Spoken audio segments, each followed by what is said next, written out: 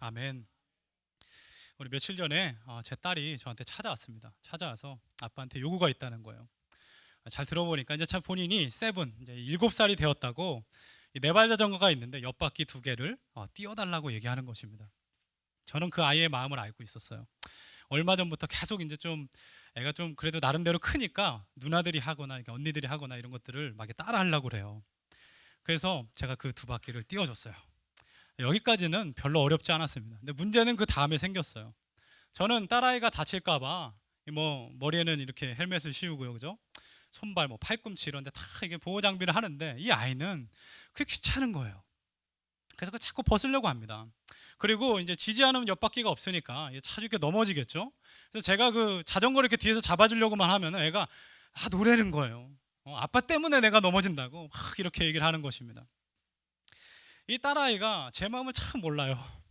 저는 그 아이가 잘 타기를 원해서 이렇게 도와주려고 하는데 이 아이는 그걸 모르니까 어떻게 해요? 아빠가 괜찮다고 얼마나 뭐라는지 몰라요. 막 잘 탄다고 박수 쳐주고 격려하니까 박수 친다고 뭐라 하고 쳐다보고 있으니까 쳐다보지 말라 그러고 그럽니다. 참 누구를 닮았는지는 잘 모르겠어요, 우리 딸이. 시간이 지나니까 아이가 조금씩 자전거를 잘 타요. 그걸 보면서 제 마음이 참 흐뭇합니다. 물론 그 딸아이가 저한테 할 말 못할 말 다 했어요. 그렇지만 저는요 상처받지 않습니다. 왜 그래요?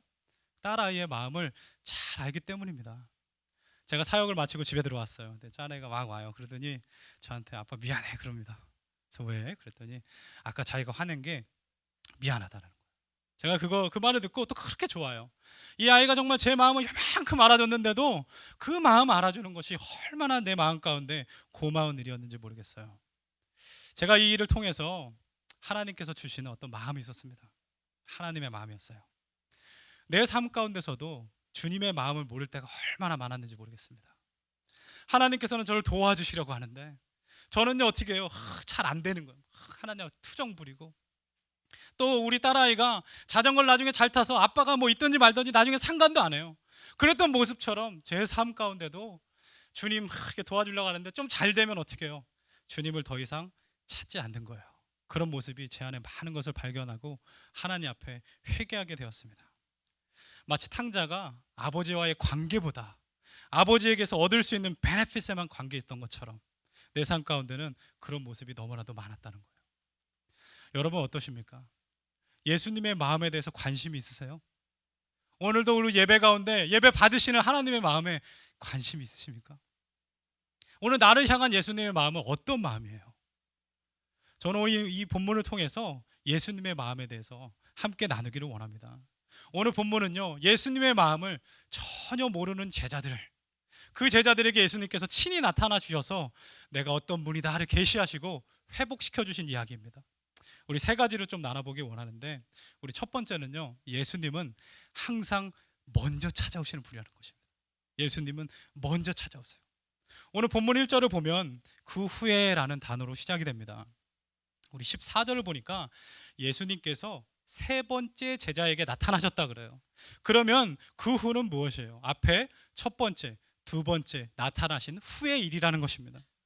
우리 첫 번째 나타나셨어요. 우리 20장 19절을 보면 부활하신 예수님께서 당시에 이 제자들이 부들부들 떨고 있습니다. 예수님이 십자가에 못 박혔어요. 혹시 다음은 나 아니야? 이런 마음으로 떨고 있는 제자들 이 사이에 들어오셔서 어떻게 해요? 이 손을 보여주시면서 옆구리를 보여주시면서 부활하신 것을 나타내셨습니다. 얼마나 기뻤겠어요 제자들이. 와 진짜 부활하셨구나. 그런데 꼭 이런 자리에는 누가 없어요? 도마 이분이 없어요. 이분은 굉장히 독특한 분인데 꼭 은혜 받아야 할 분이 그 자리에 없는 경우가 굉장히 많습니다. 이 초대교회 때부터 시작된 일이에요 이게. 은혜 받아야 되는데 꼭 그분은 그 주에 베케이션인 경우가 많아요. 이 의심 많은 도마가 예수님을 꼭 만나야 되는데 하필 그 자리에 없습니다. 그래서 예수께서는요 굳이 한 번 더 찾아오셨어야 돼요. 또 도마 같은 분들은 확실한 거 원해요. 그래서 봤다고 하니까 나는 본 걸로는 못 믿어. 어떻게 해요? 경험해 봐야지 알겠다. 넣어봐야 된다는 거 내가 손가락으로 이렇게 알겠다는 겁니다. 이거 굉장히 끔찍한 생각이죠. 예수님이 그래 네 믿음대로 해서 넣어봐 이랬더니 도마가 깜짝 놀라가지고 나의 주님이시오 나의 하나님이십니다 고백을 하고 회개하고 다시 돌이킵니다. 그게 2번째 나타나심이에요. 자 그러면 누구도 빠짐없이 다 예수님 봤어요. 다 눈으로 경험했습니다. 그러면 이제 뭐 해야 돼요? 이 제자들이 약속된 말씀을 따라서 어디로 가야 돼요?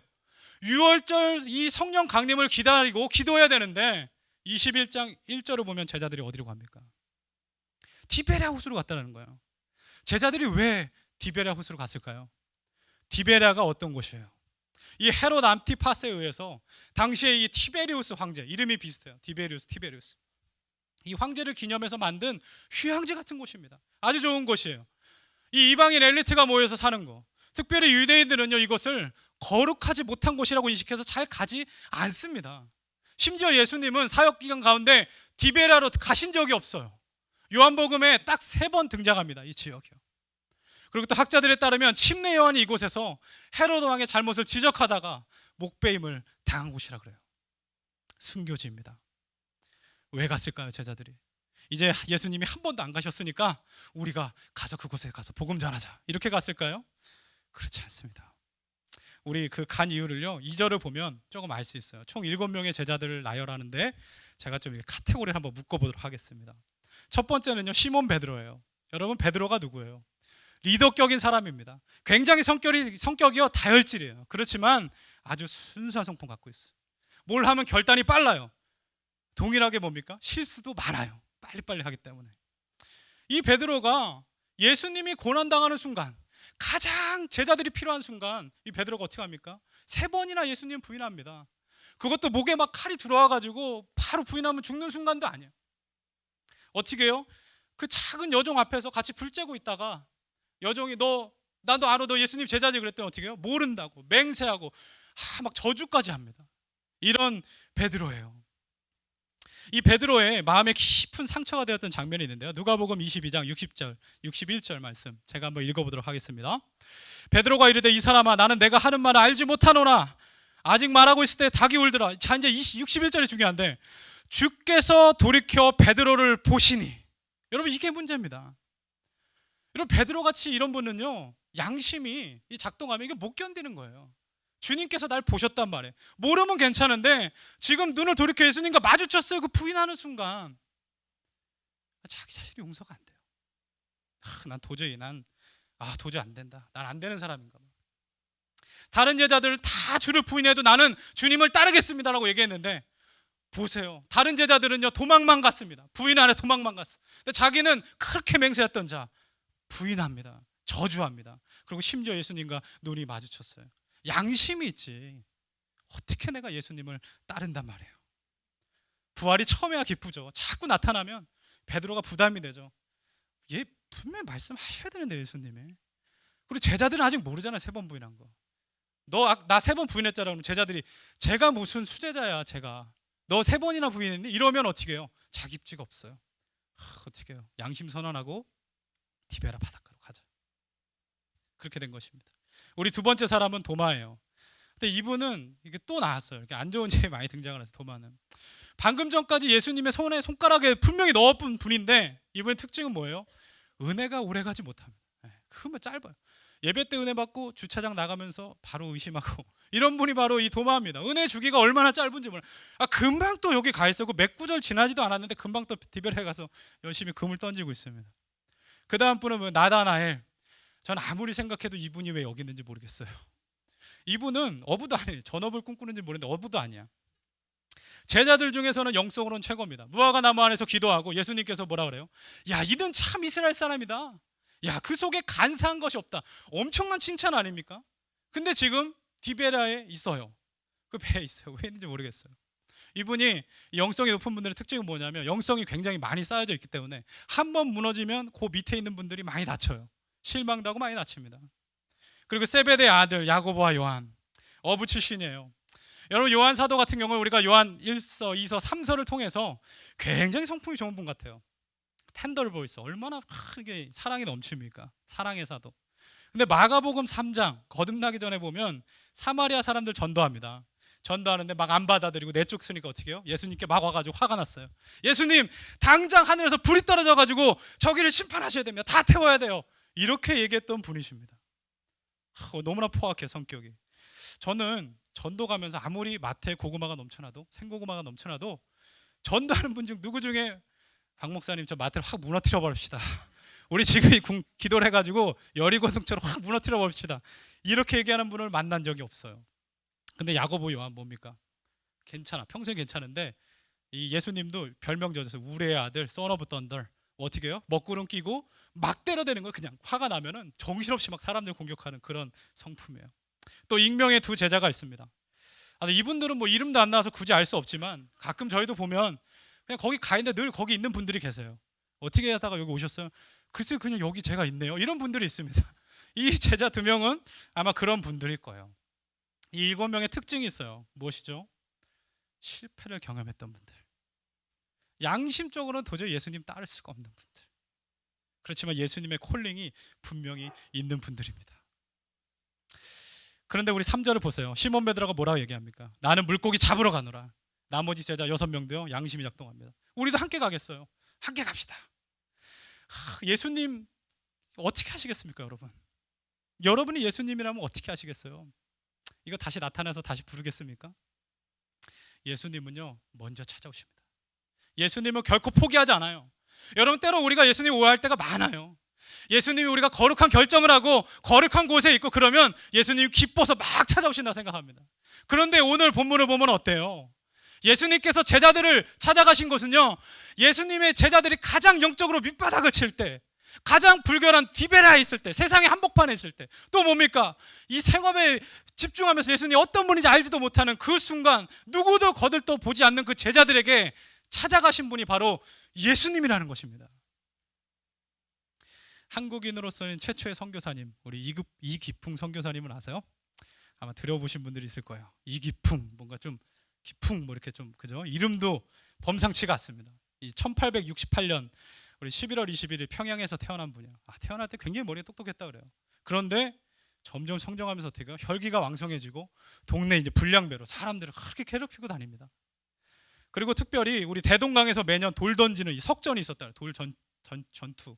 동서편으로 나누는데요. 이분이 돌을 그렇게 잘 던집니다. 그래서 어떻게 해요? 대장을 맡아, 대장을. 근데 하루는 이분이 길을 걸어가고 있는데 서양 선교사님 한 분이 막 이렇게 어눌한 말투로 전도하고 있는 걸 발견해요. 기분이 안 좋은 거예요.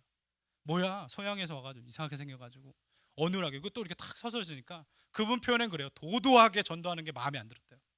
그래서 어떻게 하죠? 너무 화가 나는 거예요. 그래서 그분을 이렇게 몰래 따라갑니다. 따라서 지비치를 안아놓고 친구들을 모아가지고 선교사님이랑 사모님이 들어가고 돌을 막 던져요. 거기다 막 던지니까 막 장독대 깨지고 유리 깨지고 다 깨집니다. 근데 선교사님이 안 나와요. 이기풍 선교사 왜 안 나오지? 들어가는 거 봤는데. 그런 마음으로 별 생각 없이 그냥 또 나옵니다. 다음 날이 됐어요. 근데 이번에 그 선교사님이 어떤 책을 들고 사람들한테 막 어린애에서부터 노인까지 막 이렇게 권유를 하는 거예요. 성경책이었습니다. 근데 이기풍 선교사는 어떻게 해요? 사람들을 괴롭혀? 그러면서 어떻게 해요? 땅바닥에 있던 짱돌을 들어서 그 돌 던지기를 잘하는 분이 선교사님한테 확 던집니다. 근데 그 돌이 날라가지고요, 선교사님이 턱에 팍 맞아요. 이 턱이 다 깨지고 피를 흘리면서 바로 거기서 기절해버려요. 이기풍 목사님이 그것을 보면서 자기도요 마음이 약해져 깜짝 놀라가지고 확 도망갑니다. 여기까지만 보세요. 하나님이 어떻게 하셔야 돼요? 당장 이기풍 이분 걷어가셔야 되는 건 아닙니까? 그런데요, 예수님께서는요 이기풍 목사님을 찾아갑니다. 이게 은혜예요. 하루는 이기풍 목사님이 막 고뇌에 빠져서 걷고 있는데 이 선교사님 한 분은 또 만나요. 이 수알른 선교사님이라고. 그 선교사는 보는 순간 뭐예요? 예수께서 마음에 찾아오세요. 내가 돌 던져서 쓰러진 그 선교사님 생각이 나서 집으로 달려갑니다. 혼자서 앉아 있는데 주님께서 또 찾아와서 마음을 두드리십니다. 그 선교사님은 왜 나를 찾아오지 않지? 내를 분명히 알 텐데, 다른 사람들도 날 봤는데 찾아와서 뭔가 나한테 책임을 묻는다든지 이렇게 해야 되는데 안 한단 말이에요. 그러니까 어떻게 해요? 에이, 자자 하고 잡니다. 양심을 죽이기 위해서 자요. 자는데 예수님께서 또 찾아오세요. 기풍아 기풍아 왜 나를 핍박하느냐? 너는 내 증인의 내 사람이다. 이기풍 목사님 깜짝 놀라서 깹니다. 그리고 수알른 선교사님을 찾아가서요 예수 믿고 영생을 얻어요. 주님의 자녀가 됩니다. 저희가 생각하기에는요 제자들 도저히 용서할 수가 없어요. 어떻게 그렇게 할 수 있단 말이에요. 배신도 그런 배신이 없죠. 그렇지만 예수님께서는 먼저 찾아가시는 분이십니다. 우리 예수님은 그러신 분이에요. 우리가 실수하고 넘어지고 하나님께서 하지 말라는 것도 하고 그럴 수 있습니다. 그럼에도 불구하고 항상 먼저 오시는 분은 누구십니까? 예수 그리스도의 은혜. 그분이 우리를 건져내십니다. 우리 이기풍 선교사님이 돌을 던져서 이 턱이 깨진 선교사님이 누군지 아세요? 나중에 찾아가요. 예수 믿고 찾아갑니다. 우리가 잘 아는 이 선교사님은 평양 대부흥을 이끈 우리 길선주 장로님이 나온 평양 신학교를 세우신 세뮤엘 이 어스틴 머펫 마포 3년 선교사님입니다. 그분이 1893년부터 1936년까지 한국에 사역합니다. 그리고요 1939년 10월 24일 날 우리가 사는 지역이에요. 캘리포니아 몬로비아 아세요? 몬로비아에서 별사하십니다. 그 퍼널 아직도 있어요. 손자들은 아직 여기 살고 있습니다. 나중에 이기풍 목사님이 평양신학교에 입학합니다. 그리고 그 유명한 7인의 목회자 중 한 분이 돼요. 여러분 예수님의 이 은혜를 보세요. 찾아오실 뿐만 아니라 우리가 상상도 못할 방법으로 저희를 사용하시고 예비하십니다. 이 예수님을 만나는 저희가 되시길 예수님의 이름으로 간절히 축원합니다. 오늘 두 번째 예수님께서 주시는 말씀, 예수님은 어떤 분이에요? 예수님은 우리를 기다려주시는 분입니다. 우리 본문 4절을 보면 디베라로 향하는 이 제자들의 둔감함을 볼 수가 있어요. 우리 4절을 보면 날이 새어갈 때 예수께서 바닷가에 서셨으나 제자들이 예수신지를 알지 못했다라고 얘기합니다. 우리 8절을 보면요 배가 육지에서 90m 정도 떨어져 있어요. 그리고 예수님의 목소리를 듣고 대화할 수 있을 만큼 거리가 멀지 않았어요. 또 9절을 보니까 숯불을 예수님이 밤새로 피웁니다. 제자들은 빙금을 밤새 던졌지만 예수님은요 밤새 그 제자들을 위해서 숯불을 피고 떡과 고기를 굽고 있어요. 그러면 조금 알듯한데, 그리고 또 밤에는요 바람이 어떻게 됩니까? 육지에서 바다 쪽으로 불죠. 그 냄새가 막 이렇게 나가면 밤새 일하는 제자들이 얼마나 배가 고픈데 그 냄새에 반응하지 않았겠어요? 그런데 제자들은요 전혀 깨닫지 못합니다. 영적 무지예요. 설마 예수님께서 날 찾아오시고 음식을 준비하실까? 전혀 생각하지 못했던 거죠. 우리 5절을 보면 예수님께서 먼저 말씀을 하세요. 얘들아 너희에게 고기가 있느냐? 여기서 얘들아 이 children은요 이 단어가 굉장히 독특한 단어예요. 아버지가 사랑하는 자녀를 부를 때 이 말씀하는 단어입니다. 제자들이요 이것을 들으면은 깨달을 법도 하죠. 누가 우리한테 이렇게 따뜻한 호칭을 부르지 하고 이렇게 볼 듯한데 뭐라 그럽니까? 없나이다. 이 한글로는 네 글자라서 좀 예의 있게 느껴지지만요 이 원어로 보면 그냥 no예요. no. no. 아니요. 그러니까 뭡니까? 얘들아 고기가 있느냐? 없어. 이렇게 대답을 한 겁니다. 이 굉장히 루드하게 대답한 거죠. 여러분들 같으면 어떻게 하시겠어요? 이 제자들 그냥 도망친 것도 정말 배은망덕한데 그 배로 확 뒤집고 그죠? 풍랑을 보내고 막 이럴 것 같은데 막 상어 몇 마리 띄우고 그죠? 153마리 물고가 물어뜯어라 일단 이렇게 할 것 같은데 예수님 어떻게 합니까? 상한 깔 때 꺾지 않으시고 꺼져가는 등불 끄지 않으시는 분. 제자들은 진짜 무례해요. 그런데 기다려 주십니다. 그러면 그물을 배 오른편에 던져봐. 그럼 잡을 거야. 이 제자들이요 던져서 많은 물고기 잡아요. 여러분 예수님이 왜 이렇게 하실까요? 예수님의 방법이 우리랑 너무 다른 거예요. 예수님은 절대로 우리를 강요해서 깨닫게 하지 않습니다. 폴스하지 않으세요. 제자들이 스스로 깨닫고 주님께로 돌이킬 수 있는 기회를 만들어 주십니다. 은혜를 깨닫고 첫사랑을 깨닫게 해주시는 분이 우리 예수님이세요. 우리의 눈높이를 항상 맞춰주세요. 7절을 보니까 드디어 이 예수님께서 사랑하시는 제자 요한이죠. 주님이시다 깨달아요. 이 깨닫는 것과 동시에 이 시몬 베드로 다혈질 순수한 분이잖아요. 그냥 즉흥적으로 바로 그냥 또 물에 뛰어듭니다. 이제 헤엄쳐가지고 와요. 나머지 제자들은 물고기 모시고 그죠? 천천히 육지를 이렇게 나옵니다. 저는 이 장면에서 참 은혜가 많이 받습니다. 은혜를 많이 받는데 우리 같으면 어떻게 하시겠어요? 나 같으면 베드로가 이렇게 먼저 수영하고 오면은 베드로 역시 넌 수제자답다. 지금 물고기가 문제야. 물고기가 빨리 와야지 예수님 앞에. 그리고 베드로를 이렇게 칭찬해 줄 것 같은데 예수님 아무 말도 안 해요. 제자도 올 때까지 기다리십니다. 왜 그렇죠? 베드로뿐만 아니라 6명의 제자들도 예수께서 정말 만나주시고 치유해 주셔야 되기 때문입니다. 예수님은 한 명이 잘한다고요? 비교되게 하지도 않습니다. 모든 분들을 다 동일하게 품으세요. 오히려 베드로만 조금 일찍 와서 굉장히 그죠? 예수님 말씀을 안 하시고 그죠? 제자들은 저기서 막 오고 있고 어떻게 해야 되지? 막 이렇게 좀 대답 없이 이렇게 막 왔다 갔다 하면서 그렇게 있었을지도 모르겠어요. 예수님은 우리를 끝까지 기다려주시는 분이십니다. 강요하지 않고 깨달을 때까지 언제고 주님께 돌아올 때까지 기다려주세요. 우리 이기풍 목사님 돌 맞았던 우리 마포 3년 선교사님이 이 예수님의 기다림에 대해서 잘 실천하신 분이에요. 우리 마페 선교사님의 초창기 사역은요 정말 비참합니다. 지금 우리가 그냥 이렇게 유명하신 분이다 이렇게 봐서 그렇지 초창기 때는요 맨날 두들겨 맞고 그러세요. 이기풍 같은 분이 또 많지 않습니까? 그런데 이분이 이걸 다 참으세요. 우리 1890년 1월 달에 인천 제물포항에서 첫 발자국을 한국에 내디디면서 이분이 쓴 결단문이 아직도 남아있어요. 이렇게 말씀합니다. 나는 처음에 한국에 왔을 때 하나님 앞에 기도하고 결단한 바가 있다. 그리스도의 십자가의 도를 전하는 것 외에 아무것도 하지 않으리라. 마포 삼열 목사님은요, 끝까지 기다리십니다. 한 영혼이 주님께로 돌아올 때까지 어떻게 해요? 끝까지 기다려요. 복음 전하는 것에 자기의 모든 것을 다 합니다. 그러니까 어떻게 해요? 사람들이 점점 그를 알아보기 시작하고 결국에 이 마펫 하다 보니까 마포랑 비슷하게 마포 목사라고 부르다 해가지고 이름이 마포 목사님이라고 돼요. 이기풍 이 목사님도 마찬가지입니다. 이 마포 삼열 목사님의 기다림이 없었다면은 예수님께로 어떻게 돌아올 수가 있었겠어요? 예수님께서는 오늘도 나를 기다려 주십니다. 언제까지?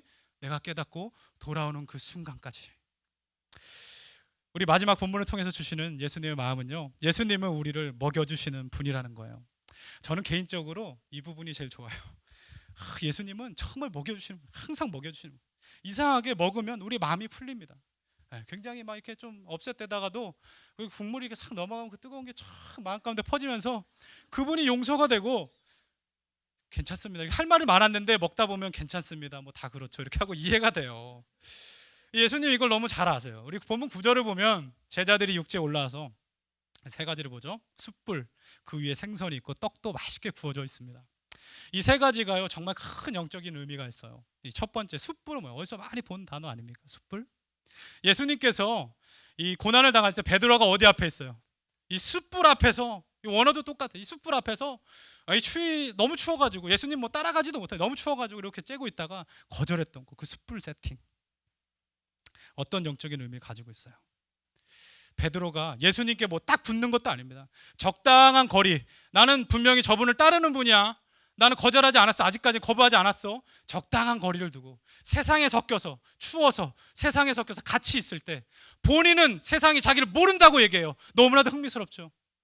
근데 세상이 오히려 그 예수 믿는 베드로를 알아봅니다. 너 예수님의 제자잖아. 나 아니라니까. 그러다 보니까 어떻게 해요? 부인했던 곳이에요. 바로 이곳입니다. 예수님께서는 어떻게 해요? 그 상황을 그대로 세팅해놓고 이 베드로의 마음을 회복시키시길 원하는 거예요. 너가 부인한 거 다 알아. 그렇지만 다시 와라. 이 세팅에는 더 이상 세상이 아니라 내가 있어. 내가 준비한 불을 같이 쬐지 않을래. 부르시고 있는 것입니다. 그리고 마치 세컨 커뮤니언 같아요. 떡이 있고 막 물고기가 이렇게 있고요. 얼마나 마음이 따뜻해요. 막 혼날 수도 있을 것 같은 분위기인데 그 음식 보면 예수님이 나 받아주시는구나, 이런 마음이 들지 않았겠어요? 예수님의 성품을 알 수 있는 것이 또 10절이에요. 지금 잡은 생선을 좀 가져와라. 이 말씀 정말 감사합니다. 내가 준비한 것이 있어. 그렇지만 네가 말씀에서 순종해서 얻은 것도 내가 같이 취하기를 원한다. 하나님의 사역에 같이 동참시키시는 것이에요. 사람 낚는 어부로서 엄청나게 많은 걸 깨달았을 거예요. 너를 통해서 영혼을 구원할 것이야. 내가 준비한 것이 이미 있지만 너의 것도 내가 받으리라. 이 말씀에 베드로 어떻게 해요? 물고기를 가지러 갑니다. 이 11절을 보니까 엄청난 일이 있어요. 한번 잘 보세요. 베드로가 올라가서 그물을 육지에 끌어올리니 거기에 가득 찬 물고기가 어떻게 해요? 153마리. 이건 너무나 잘 알아. 이 숫자도 놀랐지만 더 놀라운 것이 있습니다. 그 다음 말씀. 이같이 많으나 그물이 찢어지지 아니하였더라. 찢어지지 않는 그물. 예수님께서 베드로를 처음 불렀을 때 동일한 일이 있었습니다. 깊은 곳으로 가서 그물을 던져라. 그리하면 많이 잡을 거야. 그때는 뭐예요? 많음의 그물이 찢어지는지라. 그런데 이제는요, 어떤 의미 가지고 있습니까? 예수님 부름을 받았어요. 가서 물고기를 가져갔는데 더 이상 찢어지지 않아요. 찢어지지 않습니다. 예수님의 부름을 받았을 때요, 제자들은 연약합니다. 고기를 많이 잡을 수 있어요. 주님께서 보내주십니다. 그렇지만 그 그물이 찢어져요. 한 번 헌신하고 찢어지기 때문에 또 기워야 됩니다. 이건 자주 할 수 없단 말이에요. 그런데 그 다음에는 어떻게 돼요? 예수께서 부활하시고 나서 처음에 콜링 받았을 때는 내가 다 할 수 있을 것 같았지만 못합니다. 그렇지만 상하고 찢겨지고 넘어지고 쓰러졌을 때 다시 찾아오신 그 부활의 예수님을 만나고 나서 일어나니 이제는 뭐예요? 안 찢어집니다. 내 힘으로 하는 것이 아닌 것을 분명히 깨닫고, 그럼에도 불구하고 하나님은 나를 사용하시는구나, 이게 깨달아졌기 때문에 그물은 더 이상 찢어지지 않는 것입니다. 이 제자들이 우리 사도행전 한번 보세요. 나중에 이 사복음 서랑은 비교가 안 되는 사람들로 바뀌어져 있습니다. 왜요? 찢어지지 않는 그물이에요. 찢어지지 않는 그물. 아무리 사역을 해도 하나님께서 막 때려 부어주시고 아무리 공격이 와도요, 그물이 찢어지지 않습니다. 하나님 뜻대로 그대로 순종하는 것을 보게 돼요. 저희의 삶 가운데서도 하나님을 만남으로 말미암아 찢어지지 않는 그물의 은혜가 있길 예수님의 이름으로 축원합니다. 오늘 이기풍 선교사님에 대한 예화 한 번 더 말씀드릴게요. 우리 이기풍 선교사님이 평양신학교를 잘 마치셨어요. 잘 마치셨어요. 우리 주님이 찢어지지 않는 지식의 그물을 주신 거죠. 들으면 다 이렇게 머릿속에 있어요. 신학교를 마치면서 결혼도 하게 됩니다. 대단한 사모님을 만나는데 윤함의 사모님. 아직도 그 제주도에 가면 이기풍 선교사 기념관에 그 성경책이 있습니다. 욥기가 막 해가지고 너덜너덜 되져 있어요. 이분은 언더우드 선교사님이랑 같이 동역했던 우리 김책봉 전도사님 만나가지고 예수님 믿고 이 평양순위 여학교를 나온 분이에요. 그러다 1903년에 이기풍 전도사님을 만납니다. 근데 그때는 전도사님이 됐어요. 이기풍 전도사님 너무 그냥 성품이 좋아서 과거를 묻지 않고 바로 그냥 만나서 결혼하시게 돼요. 이 두 분이 제주도로 파송을 받습니다. 당시의 제주도는요, 무교회 지역이에요. 여러분 무교회 지역 가보셨어요? 제 교회가 없는 지역입니다. 거기는요 완전히 세팅이 달라요. 한국에 있을 때 이 괴산이라는 지역이 있어요. 한국에 거기 어떤 동네가 있는데 무교회 지역이에요. 뭐 복음을 전한 사람이 없다라는 거예요. 그래서 제가 어떻게 합니까? 그거 보고 야 이건 크리스찬에 이거는 안 된다, 이건 수치다 해가지고 제가 젊은이 열기에 사인을 했습니다. 가서 고생 정말 많이 했어요. 이 무교회 지역이 얼마나 이게 가서요 뭘 하더라도 다 설명을 해줘야 돼요. 여러분 어느 지역에 교회가 있는 게 얼마나 큰 축복인 줄 아세요? 크든 작든 교회가 있으면 뭐 교회라는 단어도 일단 들었어요. 예수님, 하나님, 뭐 성령 다 그래도 한 번은 들어봤어요. 얘기할 커넥션이 있습니다. 그런데 무교회 지역은 다 해야 돼. 가서 저기 교회가 뭔데요? 그러면 교회가 예수님 믿는 사람, 예수님 믿는 건 뭡니까? 이게 할 게 굉장히 많아. 전도의 스피드 굉장히 더디고 느리고 어렵습니다. 이 지역으로 지금 이기풍 선교사님이 간 거예요. 40일을 막 배를 사모님이랑 타가지고 넘게 해서 제주도에 도착합니다. 전도하는데 정말 한 명도 예수님 안 믿어요. 제주도 방언도 잘 몰라가지고 말도 잘 못 알아듣습니다. 그런데 이 이기풍 선교사님 자기 본인도 레디컬하게 예수님 믿었기 때문에 어떻게 해요? 집집마다 보니까 뱀을 숭배하는 거예요, 이분들이. 그래서 어떻게 해요? 첫 번째 슬로건, 다 부흥의 슬로건을 내세웠어요. 구렁이 때려잡기. 구렁이 때려잡기 했는데 어떻게 해요? 사람들이 몰려왔는데 구렁이는 때려 안 잡고 우리 선교사님을 막 때리고 갔어요. 그죠? 그리고 밤만 되면은 사람들이 돌을 막 던지고 갑니다. 유리창 다 깨져요. 그 단칸방에. 이거 누가 했던 행동이에요? 본인이 했던 행동 아니겠어요? 먹을 것 없고 춥고 하다 보니까요, 이 강한 그물도 조금씩 찢어지려고 그래요. 너무 힘들어서 우리 마포 3년 선교사님에게 편지를 씁니다. 너무 힘듭니다. 전 돌아가고 싶습니다. 답장이 와요. 마포 3년 선교사님 정말 대단한 분이에요. 이게 아직 남아있는 글인데 제가 읽어드릴게요. 이기풍 목사의 편지를 잘 받았소이다. 그런데 당신이 내 턱을 때린 흉터가 아직 아물지 않고 있으니 이 흉터가 아물 때까지 분투하시오. 끝. 이 편지를 받고 이기풍 선교사님이 밤새 울었다 그래요. 왜 우는지 잘 모르겠어요. 근데 분명한 것은 무엇입니까?